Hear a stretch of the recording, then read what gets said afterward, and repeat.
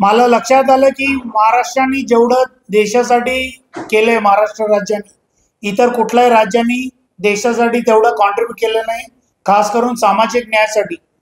पण आजपर्यंत आपल्याला पंतप्रधानाचं पद का लाभलं नाही, तर मला लक्षात आलं की उत्तर भारताकडे ना लोकसंख्या एवढा अधिक आहे की दक्षिण भारतातनं कधी पंतप्रधान होणार नाही.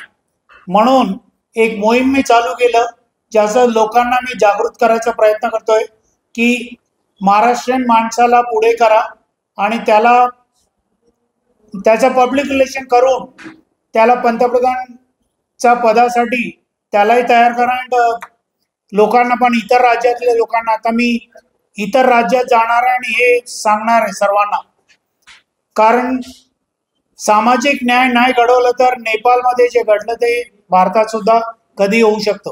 आणि म्हणून शांततेने जर का आपल्याला बदल आणायचा असेल तर एक नॉन पॉलिटिकल फोरम उभा करायला लागेल. आणि नॉन पॉलिटिकल फोरम मनात घेऊन नाना पाटेकर सारखा एक माणूस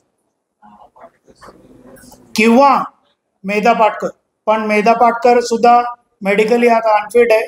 नाना पाटेकर साहेब स्वतः बोलले की सॉरी, मला राजकारणात इंटरेस्ट नाही आहे.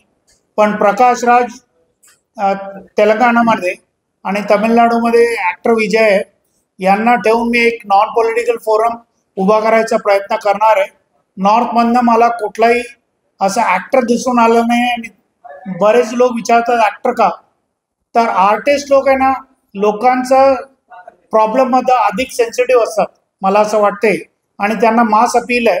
म्हणून मी एक ॲक्टरला पुढे करून ट्राय करणार आहे to bring a change in India.